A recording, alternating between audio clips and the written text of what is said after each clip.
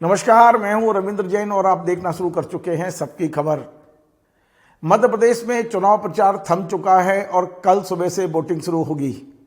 हमने देखा पिछले लंबे समय से भारतीय जनता पार्टी और कांग्रेस एक दूसरे पर किस तरह हमलावर थे, लेकिन चुनाव प्रचार के दौरान एक बात निकल कर आई है कि भारतीय जनता पार्टी ने प्रचार के मामले में, प्रबंधन के मामले में कांग्रेस को कोसों पीछे छोड़ दिया है। अब जनता के बीच में क्या संदेश गया है ये जनता खुद तय करेगी, लेकिन यदि हम आंकड़ों की बात करें तो भारतीय जनता पार्टी का इस बार जो चुनाव प्रचार था, जो चुनाव प्रबंधन था, वो कांग्रेस की अपेक्षा काफ़ी व्यवस्थित था, काफ़ी आक्रामक था, काफ़ी कह सकते हैं कि बहुत व्यवस्थित पूरा के पूरा चला है ये। हम बात कर रहे हैं कि इस बार शिवराज सिंह चौहान ने अपने खुद के रिकॉर्ड तोड़ दिए। उन्होंने मध्य प्रदेश में 160 सभाएं की हैं। आपको जानकर आश्चर्य होगा कि 12 तारीख को जब पूरा मध्य प्रदेश दीपावली मना रहा था तब भी शिवराज सिंह चौहान ने तीन सभाएं की थी।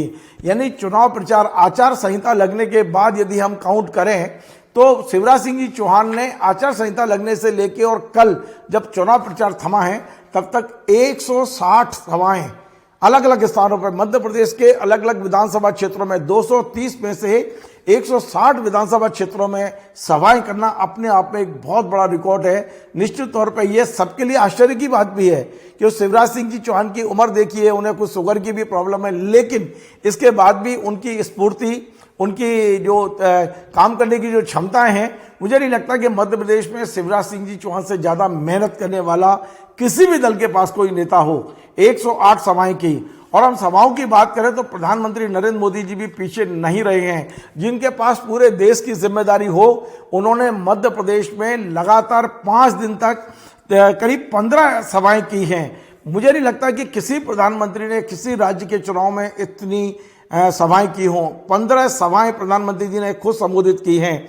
गृह मंत्री अमित शाह जी जो इस चुनाव को पूरी तरह से कमान संभाले हुए थे, उनके बारे में बताया गया कि 21 आम सभाएं उनकी थी, बड़ी सभाएं थी। 21 आम सभाएं गृह मंत्री जी ने की हैं और पार्टी के राष्ट्रीय अध्यक्ष जेपी नड्डा ने 14 सभाएं की हैं। यदि हम सब नेताओं की बात करें, वरिष्ठ नेताओं की बात करें, तो ज्योतिरादित्य सिंधिया को हम कम तर नहीं आंक सकते। शिवराज सिंह जी चौहान के बाद मध्य प्रदेश में सबसे ज़्यादा सक्रिय चुनाव प्रचार करने वाले, सबसे ज़्यादा सभाएं करने वाले यदि कोई नेता हैं तो वो हैं ज्योतिरादित्य सिंधिया।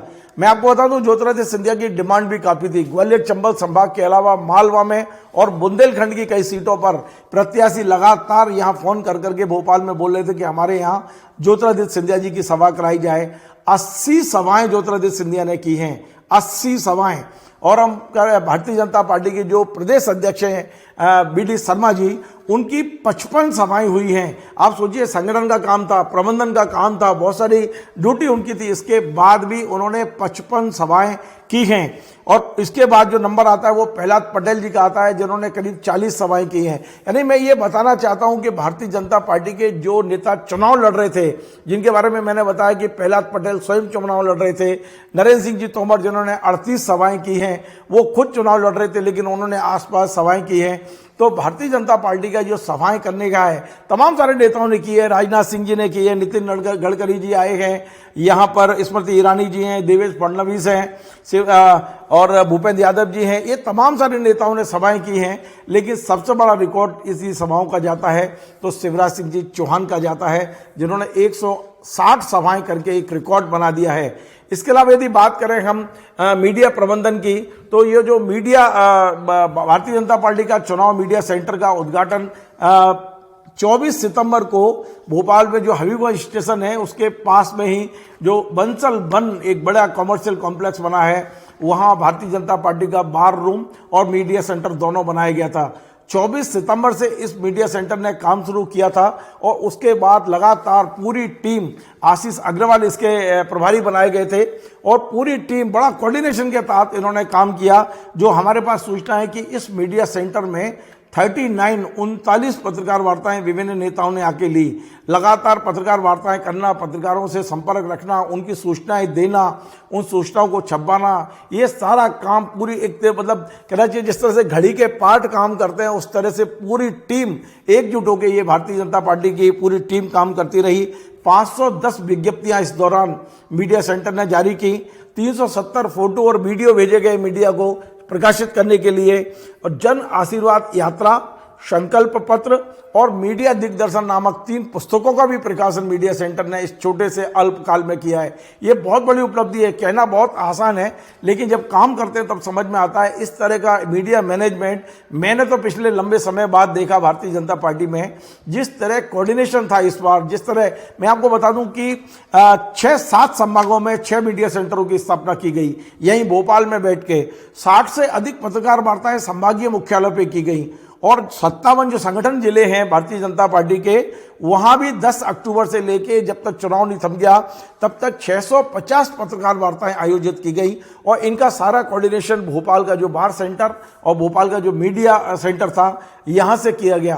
तो आप कल्पना कर सकते हैं कि भारतीय जनता पार्टी ने कितना व्यवस्थित किया था। हमारे पास सूचना यह भी है कि मीडिया सेंटर ने, बार सेंटर और बार रूम ने मिलकर ऐसा कोऑर्डिनेशन किया कि जो भी मंत्री, जो भी बड़े नेता यहां प्रचार के लिए आ रहे थे, उनको सामग्री उपलब्ध कराई गई, मध्य प्रदेश के सारे मुद्दे उनको बताए गए, उनको ब्रीफिंग दी गई। ये सारा काम भी मीडिया सेंटर से किया गया। यानी यदि हम बात करें प्रचार प्रसार के मामले में, तो भारतीय जनता पार्टी हमें काफी आगे दिखाई देती है। मैं ये नहीं कह रहा हूं कि कांग्रेस पीछे रही या कांग्रेस ने नहीं किया है, लेकिन उनके पास शायद उतने संसाधन नहीं थे, टीम नहीं थी, कोऑर्डिनेशन शायद इससे ज्यादा बेहतर हो सकता था, लेकिन सब चीजें संसाधनों से होती हैं। भारतीय जनता पार्टी ने निश्चित तौर पर प्रचार के मामले में मध्य प्रदेश में बाजी मार ली है, इसमें कोई दो राय नहीं है। और यही कारण है कि यदि आप बात करें चुनाव आचार संहिता लगने से पहले, तो पहले जिस तरह के भविष्यवाणियां हो रही थी, जिस तरह के ओपिनियन पोल आ रहे थे, उसमें भारतीय जनता पार्टी को 100 से कम सीटें बताई जा रही थी। लेकिन अब जब चुनाव प्रचार थम गया है, तब यह कहा जा रहा है कि नेक टू नेक फाइट है। कांग्रेस और भाजपा में कोई अंतर नहीं रह गया है, दोनों बराबर की टक्कर चल रही है। किसी भी तरफ ऊंट का बैठ सकता है, किसी भी करवट बैठ सकता है ऊंट। तो ये जो भी नेताओं की सभाएं हुई हैं, जिस तरह का माहौल बनाया गया है, जिस तरह का प्रचार हुआ है, जिस तरह की प्रचार सामग्री लोगों को दी गई है, जिस तरह का समन्वय हुआ है, उससे भारतीय जनता पार्टी की जीत की संभावनाओं को बल जरूर मिला है, इसमें कोई दो राय नहीं है। हमने बड़े निष्पक्षता के ये पूरी जानकारियां आपको इसलिए शेयर की हैं कि आपको पता रहे कि किस तरह एक टीम वर्क से भी पार्टी को आगे लाया जा सकता है। आपको हमारा ये कार्यक्रम पसंद आया, आप इसे शेयर करें, लाइक करें, कमेंट करें और आपसे बार बार निवेदन है हमारे चैनल को सब्सक्राइब अवश्य करें। धन्यवाद।